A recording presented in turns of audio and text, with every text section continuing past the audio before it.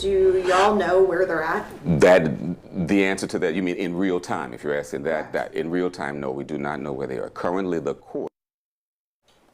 Well, juveniles unmonitored, you heard that right. Yeah, WDSU Investigates found that teenage criminals in Orleans Parish who are released on ankle monitors are not being monitored right now by the courts. WDSU's Cassie Sherm demands answers as to why there's a gap allowing teens to recommit crime. Cassie. Well, guys, here at Orleans Parish Juvenile Court, the ankle monitors they're using are free to the courts and free to the families. But how they're being used and what I uncovered has some victims of teen crime concerned. We get a report, but that's a report in the past tense. That's where the kid has been, not where the kid is currently, nor where it will be going. I sat down with Judge Renard Derensburg, who says having a monitoring system for youth offenders is important. What we believe is that a successful juvenile justice system is one that's able to manage youth outside of detention. Right now, Orleans Parish Juvenile Courts do that using 25 ankle monitors borrowed from the Office of Juvenile Justice. But WDSU Investigates uncovered they aren't receiving data in real time. On the other hand, the adult criminal court system is using a company that does provide real-time data from ankle monitors. The cost is passed on to the person wearing it. I asked Judge Derensburg why not do the same in the juvenile system. Our parents cannot afford $250 a month. One of the things we do in juvenile court is try not to create a barrier of finance. And this is borrowed for free. This is free to us, to the court, and to the family. Sickening. I think the community should be very alarmed about it. But some say this current system for juveniles is not working since the judges only get ankle monitor data every 30 days. We spoke to 3 victims of 3 separate crimes, from carjackings to shootings, who want to remain anonymous for their safety. System, it's not for us. You know, they may want to hurt my family even more.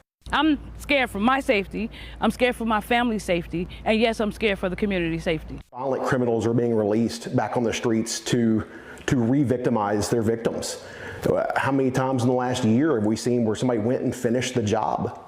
And that is solely because they were allowed to. Even if they have an ankle monitor on, all you know is where they were at the time of it. The ankle monitor does not stop them from doing things. It is a big problem. Cassie, I think you're really on to something.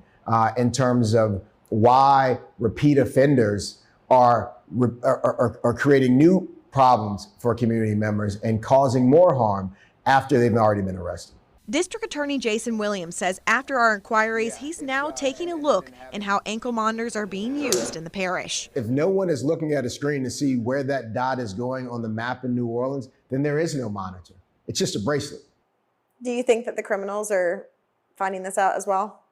You know, I can tell you that if an accused person realizes that they do something that is in violation of their release while on a monitor and they get away with it one day, you can rest assured they're probably going to take that inch and turn it into a mile. And that's what we're seeing. So we need to put some real either brakes on releases when the monitor is going to be applied, or add a whole bunch of more robust systems to put in place with electronic monitoring. It's necessary for the sake of public safety. Judges have even raised questions after some city leaders have blamed them for the recent rise in crime. Since we've been speaking about this monitor for at least the last 365 days or more, and always, if the fingers are being pointed, it goes right back at the judges and what we didn't do. Well, here it is in black and white. We have given to you all, to the council, to the mayor, to the commissioner, what our needs are. Those judges say instead of getting a new ankle monitoring system, they're proposing the city invest in a program called Repath that monitors teens through their phones. We can track them better through GPS monitoring, and we can have check-ins more frequently. And what we can do with this process is that we're able to be in touch with the youth. We can contact them when we know they're out of the range. Wouldn't it be easy for a kid to be able to put the phone down or be able to walk away from the phone? It's no different than when they don't charge the electronic monitor or they cut it off. I mean, it is not a solution to a problem. What it is a tool to help us to be able to more manage youth. The program would cost the city $72,000, equivalent to $2 per day per youth for 100 youths. Keeps us connected with them, keeps us involved in their lives, and keeps other people involved in their lives as well. Because as I said, unlike the ankle monitor, this tool allows us to connect the families. So ultimately, will it deter crime? Some kids are committing crimes when they're not on the ankle monitor. Some kids have never been to jail and they commit crimes. Our goal is not, we can't predict the future.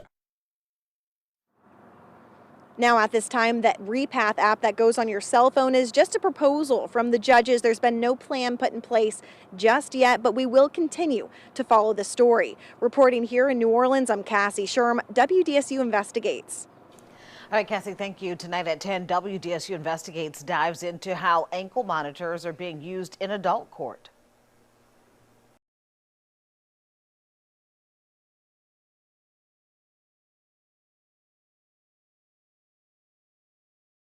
Clients of MMA Law Firm. MMA has been suspended for allegations of fraud by the Louisiana Department of Insurance. Their clients and others may still be fighting or waiting to get paid for their claims.